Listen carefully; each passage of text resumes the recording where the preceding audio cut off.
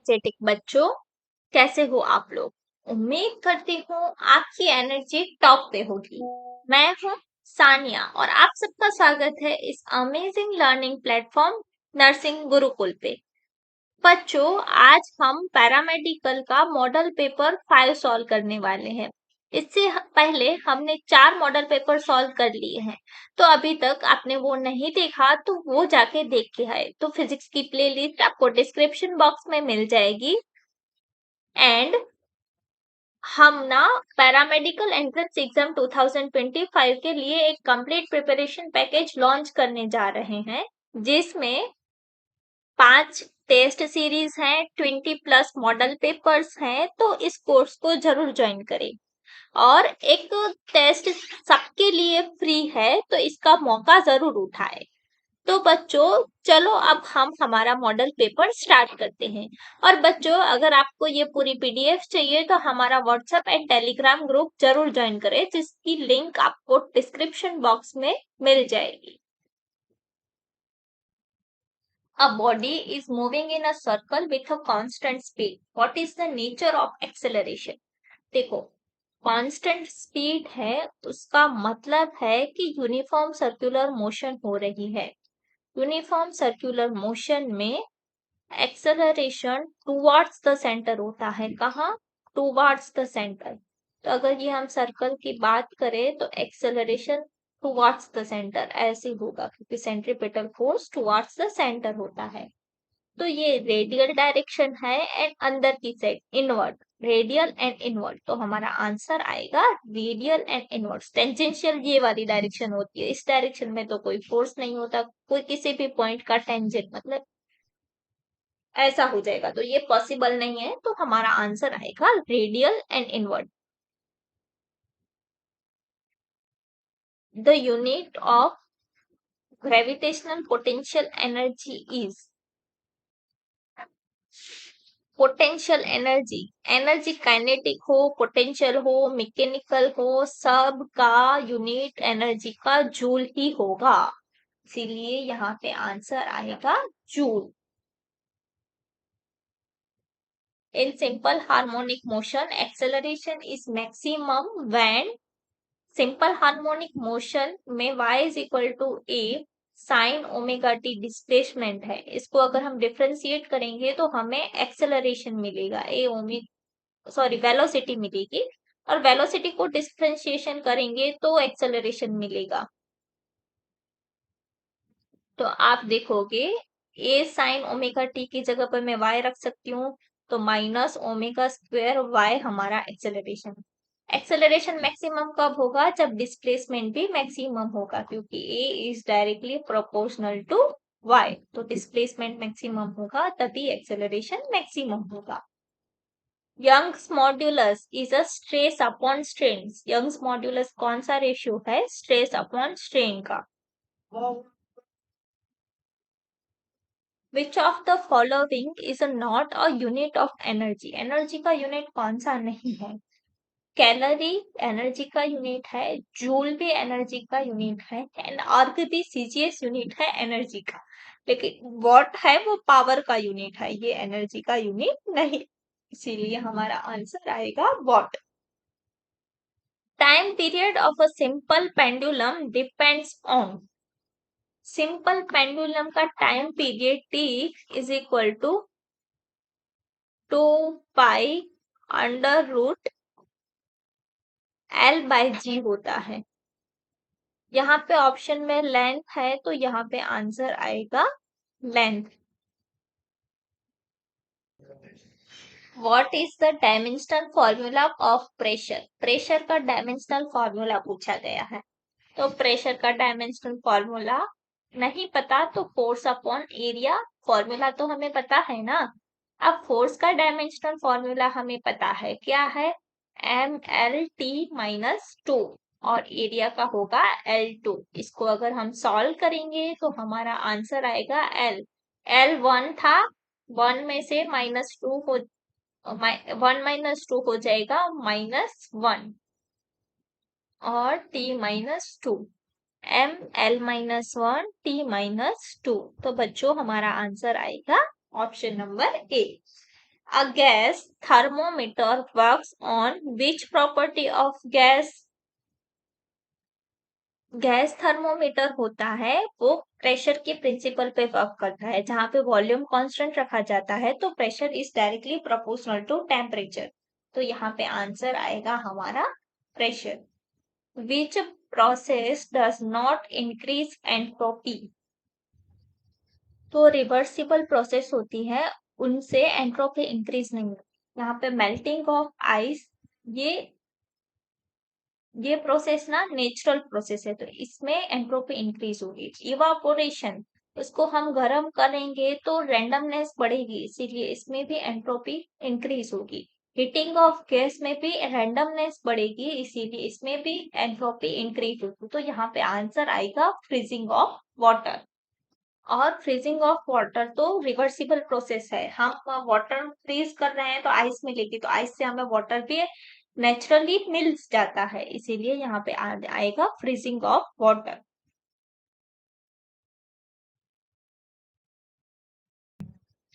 तो liquid surface को कब वेट करेगा? तो जब अधेसिव फोर्सेस होंगे वो कोएसिव फोर्सेस से स्ट्रॉन्ग होंगे। मतलब कि जो लिक्विड के बीच के जो लिक्विड के इंटरमोलिक्यूलर जो फोर्सेस हैं वो स्ट्रॉन्ग नहीं होने चाहिए, बल्कि लिक्विड एंड सरफेस के बीच का फोर्सेस स्ट्रॉन्ग होंगे तब सरफेस वेट होगी। और इसके लिए angle of contact must be less than 90 degree, तभी यह पॉसिबल है। इसीलिए यहाँ पे आंसर आएगा less than 90 degree. The pressure at the bottom of the liquid depends on, तो प्रेशर कितना होता है? रो जी एच जितना होता है। यहाँ पे आप देखोगे तो यहाँ पे rho density, g gravitational acceleration and h height of the liquid column, ये सब इंक्लूडेड है, इसीलिए यहाँ पे आंसर आएगा all of these. SI unit of surface tension, surface tension क्या होता है? एफ बाय एल होता है। एफ का यूनिट न्यूटन और एल का यूनिट मीटर, तो न्यूटन पर मीटर सरफेस टेंशन का यूनिट हो जाएगा बच्चों। यहाँ पे अगर मैं m से मल्टीप्लाई करूं और m से डिवाइड करूं, ठीक है, तो न्यूटन इंटू मीटर होता है जूल पर मीटर स्क्वायर। तो ये यूनिट भी हमारा सही है, लेकिन हम बेसिकली ये फॉर्मूला यूज करते हैं तो हम इससे डिराइव करेंगे तो न्यूटन पर मीटर आएगा। बच्चों इसकी आप चिंता ना करें, अगर आपके क्वेश्चंस में एक से ज्यादा सही आंसर्स हैं तो आपको उसके मार्क्स मिल जाएंगे, सिर्फ उसको अटेम्प्ट करना जरूरी है।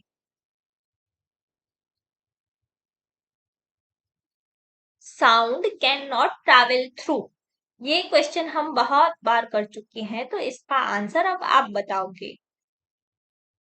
Doppler effect is applicable to, देखो बच्चों डॉपलर इफेक्ट है वो दोनों के लिए अप्लीकेबल है, light wave and sound wave दोनों के लिए। तो यहाँ पे आंसर आएगा both A and B. Which wave property changes in different media?